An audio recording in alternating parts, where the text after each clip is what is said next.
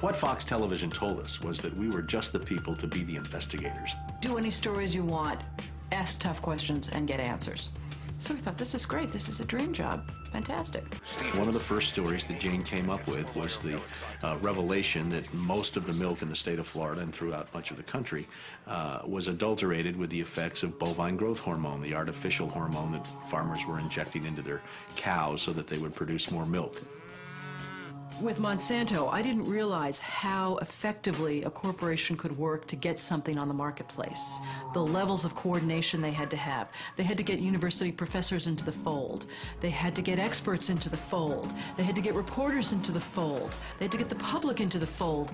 And of course the FDA, let's not leave them out. They had to get the federal regulators convinced that this was a fine and safe product to get it onto the marketplace. And they did that. They did that very, very well. The federal government basically rubber-stamped it before they put it on the marketplace. The longest test they did for human toxicity was 90 days on 30 rats. Posilac is the single most tested new product in history and is now available to you specifically so you can increase your profit potential.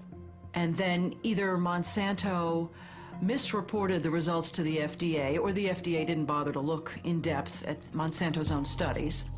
The scientists within Health Canada looked very carefully at bovine growth hormone and came to very different conclusions than the Food and Drug Administration in the U.S. did. Monsanto's engineered growth hormone did not comply with safety requirements. It could be absorbed by the body and therefore did have implications for human health. Mysteriously, that conclusion was deleted from the final published version of their report. They knew there were problems. They saw serious potential human health problems, and they stood up in Canada and said, we're not going to approve this because we don't believe it's safe. We have been pressured and coerced to pass drugs of questionable safety, including the RBST. I personally was very concerned that there's a very serious problem of secrecy, conspiracy, and things of that nature, and something needs to be done. The FDA was then on the hot seat. They had to come up with an answer. They didn't come up with a good one, and they never took the opportunity then. I mean, what would they do? Pull it off the market and say we need to now do the job that we didn't do the first time? They didn't do that. We wrote the story. We had it ready a week beforehand. They'd bought ads. Farmers in the milk industry say it's safe, but studies suggest a link to cancer. Don't miss this special report from the investigators. That Friday night before the Monday this series was to begin, the fax machine spit out a letter from this very high-priced lawyer in New York that Monsanto had hired. It contained a lot of things that were just off-the-wall false, just demonstrably false. But if you didn't know the story and you didn't know how we had gone about producing it, would have scared you as a broadcaster, as a manager. And they decided that they would pull the story and they would just check it one more time. But the bottom line was that there was no factual errors in that story. Both sides had been heard from. Both sides had had an opportunity to speak. 1 week later, Monsanto sent the second letter. And this was even more strongly worded. And it said there will be dire consequences for Fox News if the story airs in Florida. And this time they freaked. They were afraid of being sued, and they were also afraid of losing advertising dollars. So we got into a battle. And the first deal was the new general manager. And his name's Dave. And Dave is a salesman, and, you know, he'd pump your hand. How you doing? How you doing? Called us upstairs to his office, and he said, what would you say if I killed this piece? What if it never ran? And we said, well, you know, we wouldn't be very happy about that. And he said, well, I could kill it, you know. And we said, yes, of course, you're the manager. You could kill it. It would never air. And he's hemming and he's hawing and he's back and he's forth. And we couldn't figure out, what is this all about? And finally he blurted out, look, would you tell anybody? You know, I said, I'm not going to lie for you. About a week later, calls us back to the office and says, okay, we'd like you to make these changes. In fact, you will make these changes. We said, well, look, let us show you the research that we have that shows that this information you want us to broadcast isn't true. To which he replies, I don't care about that. I said, pardon me? And he said, well, that's what I have lawyers for. Just write it the way the lawyers want it written. I said, you know, this is news. This is important. This is stuff people need to know. And I'll never forget, he didn't pause a beat, and he said, we just paid $3 billion for these television stations. We'll tell you what the news is. The news is what we say it is. I said, I'm not doing that.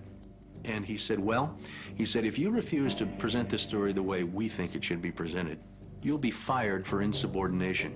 I said, I will go to the Federal Communications Commission and I will report that I was fired from my job by you, the licensee of these public airwaves, because I refused to lie to people on the air. And it's thank you very much. You'll hear from us right away. Well, 24 hours came and went, and we didn't hear a thing. And about a week later, he calls us back, and now we've changed strategies. How about if we pay you some money and you just go away? And I said, how much money? It was, okay, we can't buy you out. We can't shut you up. Let's get the story on the air in a way that we can all agree it will go on the air. And we started rewriting and editing with their lawyers. Well, during this 8-month re-review process, I say jokingly, they did things like, for example, they wanted to take out the word cancer. You don't have to identify what the potential problem is. Just say human health implications. Any criticism of Monsanto or its product, they either removed it or minimized it. And it was very, very clear, I would say, almost every edit they made to the piece, that was the aim. And we changed this and this and this, and then that wasn't good enough. Okay, now change this and this and this. Now change this and this. Version after version after version, 83 times. 83 times is unheard of. It doesn't happen. You shouldn't have to rewrite something 83 times. Obviously, they didn't want to put the thing on the air, and they were trying to drive us crazy and get us to quit or wait until the first window in our contract so that they could fire us. Fox News appealed the verdict. 5 major news media corporations filed briefs with the court in support of Fox's appeal. Florida's appellate court has ruled in favor of Fox 13. You may recall that Jane Acree, a former reporter here, sued Fox 13 in a whistleblower lawsuit, claiming she was fired for refusing to distort her report.